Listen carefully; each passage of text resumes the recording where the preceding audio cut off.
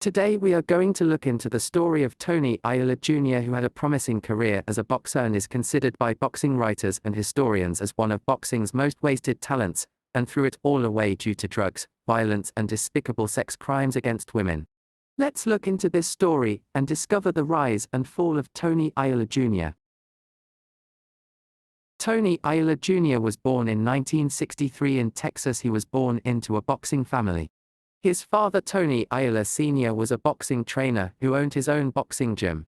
He had 3 brothers who also took up boxing, but the most known is Mike Ayala, who fought for world titles, but never actually won a highly recognized title, but was #1 ranked super bantam weight fighter in the world, and Tony later became known as the other fighting Ayala. Tony first fought at the age of 5 and growing into his teens was a boxing prodigy.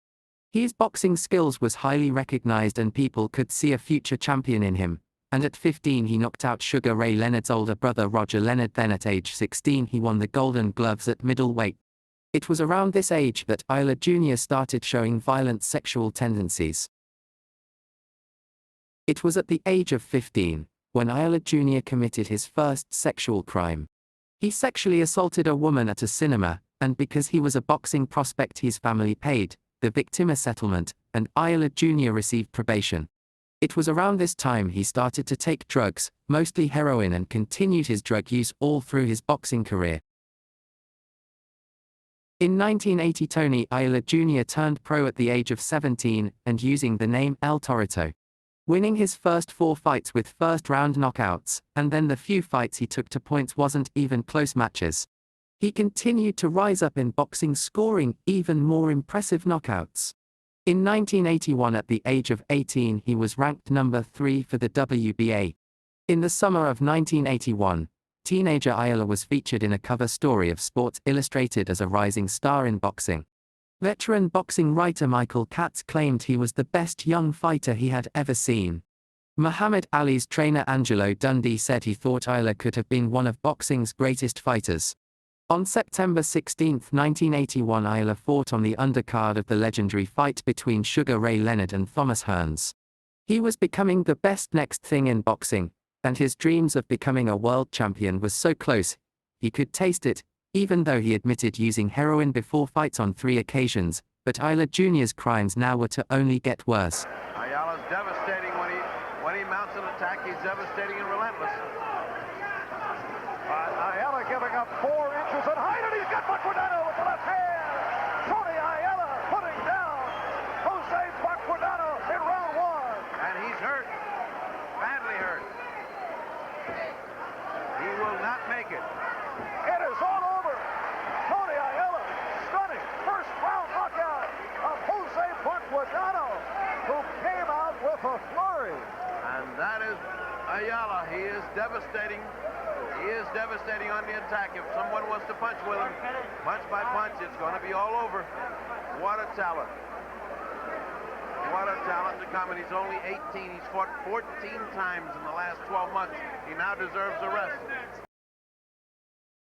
In the summer of 1982 Tony Ayala was living in New Jersey with his 18-year-old wife Lisa.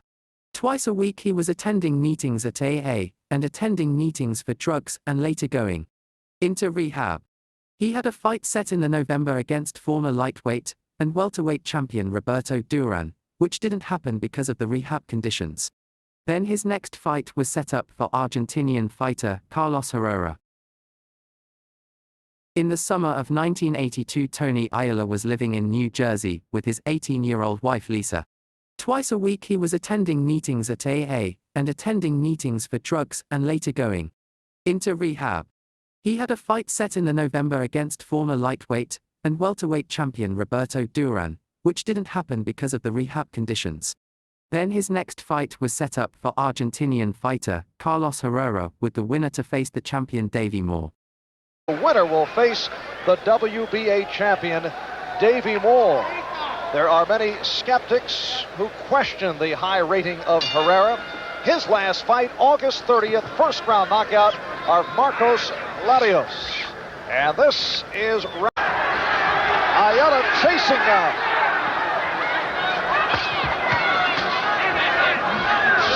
finish for Tony Ayala in the second round.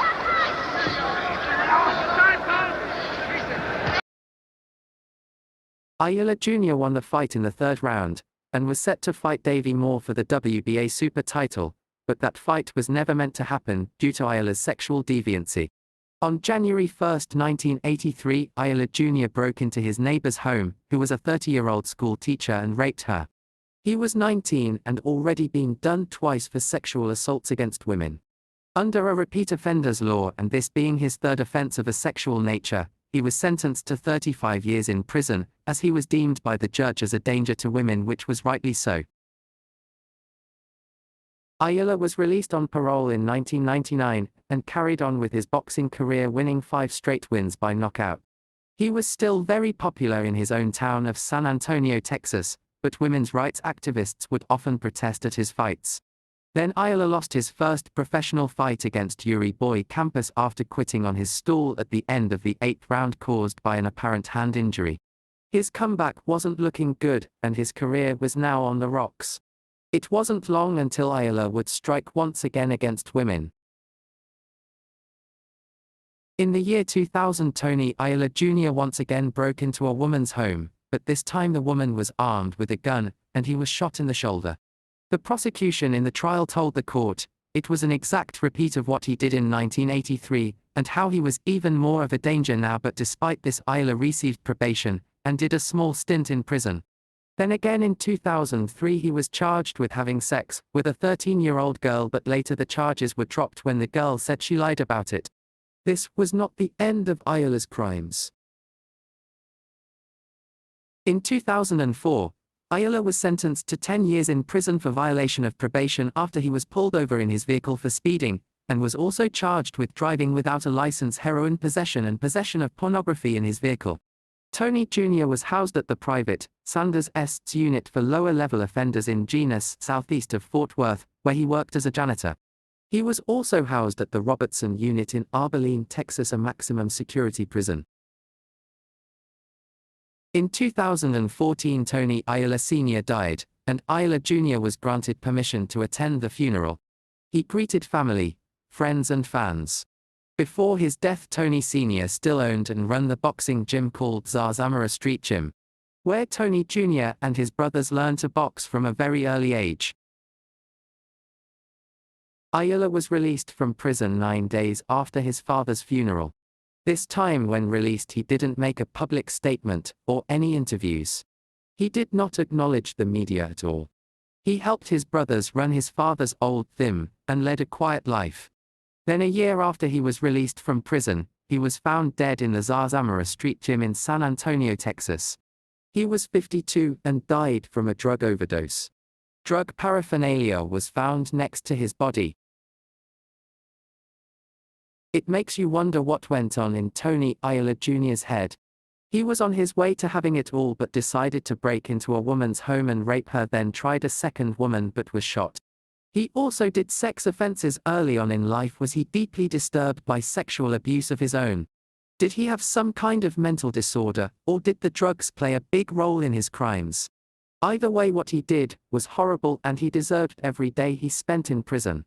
A man that wasted his life and talent. We will never know why, because Tony Ayala Jr. is dead and never spoke of his crimes.